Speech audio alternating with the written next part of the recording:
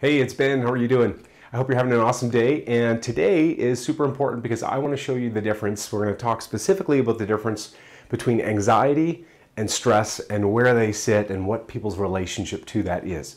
So one of the most important things to know in regards to this is that most people would look at it and they would assume, well, yeah, of course, there's definitely a difference between anxiety and stress. But the truth is that there's not a massive difference between the two. And I'm going to get right into that. But the other thing that's really important to note there is that virtually everybody in this world either experiences anxiety, not necessarily regularly, but they experience anxiety or they have experienced anxiety at one time or another. So it's important to note that if you're having serious challenges with anxiety, don't worry about it. It is very, very common. In fact, like I said, virtually everyone in the world has experienced anxiety at one time or another. The best way to understand people's relationships to stress, to anxiety, is with this chart here. So over here on this side, we have no stress whatsoever. There's no experience of stress at all. Then we have a little bit of stress here. We've got some high stress up here. And what happens is as stress becomes a chronic thing, something that's happening all the time, it starts to move people into the experience of anxiety. From anxiety, of course, anxiety on high would be panic attack, would be a panic attack.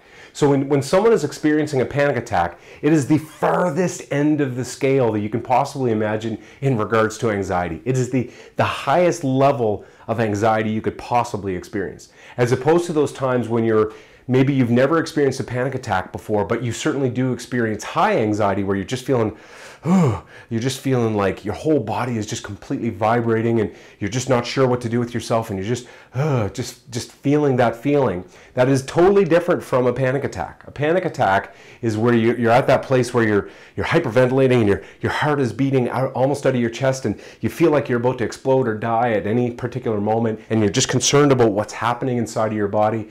That is a panic attack. And then of course, if we bring it down a couple of notches, stress is that thing that we feel when there's a little bit too much going on. There's a little bit of overwhelm, a little bit too much going on in our lives. We feel like we can't necessarily handle everything that's happening for us. Of course, if we go back from there really isn't any stress, right? So we've all experienced times in our life when there is no stress at all. Maybe it's when you're on vacation. Maybe it's just when you're chilling out. Maybe it's when you're reading a book or relaxing or first thing in the morning or late at night, whatever it is for you. But we've all experienced times when there's just no stress whatsoever. There's no pull on us. There's no challenge. There's nothing to overwhelm us. There's nothing to make us feel as if we're not enough to handle what's going on. And then, of course, we've all experienced the feeling of stress. Stress is something where things get a little bit too overwhelming. There's a little bit too much going on.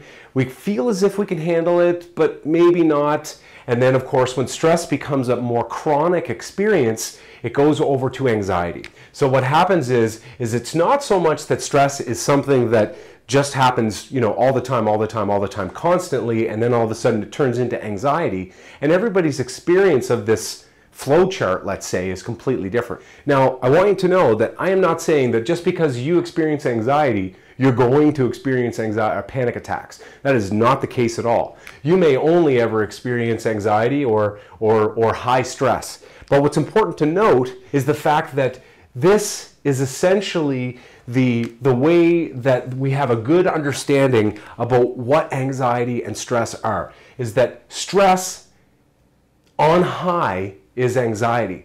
Anxiety on high is a panic attack. So as we start to remove specific stressors from our lives, we have a tendency to experience a little bit less anxiety. So does that mean that you should go and remove all of the stressors from your life? No, not necessarily. But what I am saying is this, is that there are some things in your life that are likely stressing you out a little bit more than other things are. So maybe it's a good idea to kind of step back, take a break from those things, or at least be able to have some specific coping techniques that allow you to feel more powerful and be able to handle those things in your life that stress you out, those things that make you feel a little bit kind of borderline anxious. The other thing that's important to note here is that anxiety and stress are feelings. They're things that we feel. It's an internal experience, not an external experience. So then, of course, it raises the question, what is the big difference between anxiety and stress. The biggest difference is in our own experience of the stress, of the anxiety. Meaning this, if you're someone that has an ability to handle a great deal of stress, it's not necessarily a problem for you. You feel the stress and you're just like, okay, you know, I can handle this. I can get these things done. It's overwhelming, but yet I'm able to cope. I'm able to make it happen. I'm able to get through this little chunk of stress here. Anxiety, on the other hand, is something that's a little bit more chronic. It's something that is a little bit higher. It's a little bit stronger, and it creates specific thought patterns in our mind that have a tendency to loop in circles. Whereas with stress, that doesn't necessarily happen. In the anxiety, we have a tendency to loop around inside our own minds in regards to these thoughts that make us feel stuck or trapped or really fearful or really challenged or overwhelmed or totally bewildered, or we feel a great deal of guilt or resentment or shame.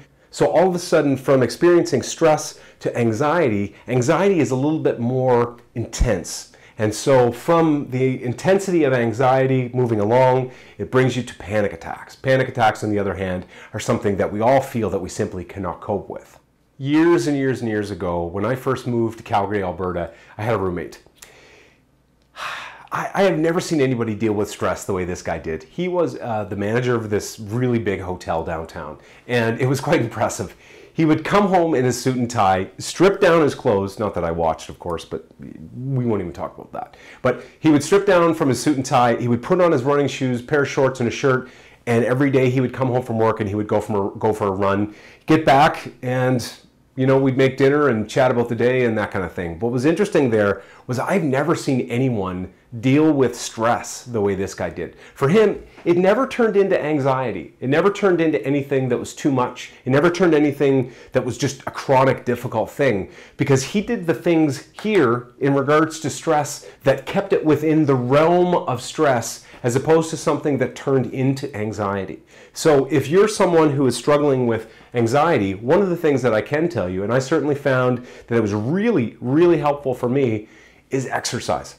Now, I'm sure you've heard that from many different people, but exercise is a massive shifter, a massive changer in regards to anxiety. And the reason why is because it just does a whole lot of things to your body. One of the first things is it oxygenates the body. Secondly, it detoxifies the body. It helps to move a lot of stuff out that we don't necessarily need. The third thing that it does is it helps to reorganize your electrolyte system in your body, meaning that if you drink a lot of water and you have a lot of salt, sometimes you get all kind of bloaty and not feeling very good. When you exercise, it has a tendency to get rid of the salt that you don't need and get rid of the toxins, again, that you don't need, and it helps to reorganize your fluids in places where you need them to, as opposed to having them sit in places subcutaneously, meaning just underneath the skin or within the fat. We want it stored within our muscles and all the places that it's supposed to be. The other way that it's really helpful is from an energetic standpoint. So it doesn't just give you more energy, which in a lot of cases, most people who are experiencing anxiety are saying, look, I don't want more energy. I want to be able to calm down.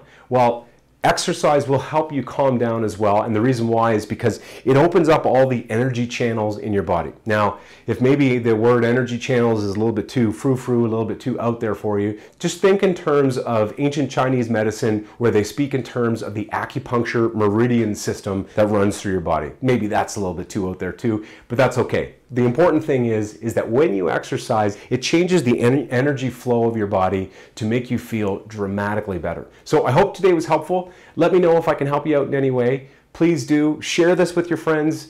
Help people who are struggling with anxiety. Share this video with them. I'd really appreciate it, and I'm sure they would too. I hope you're having an awesome day, and we'll talk to you soon. See ya.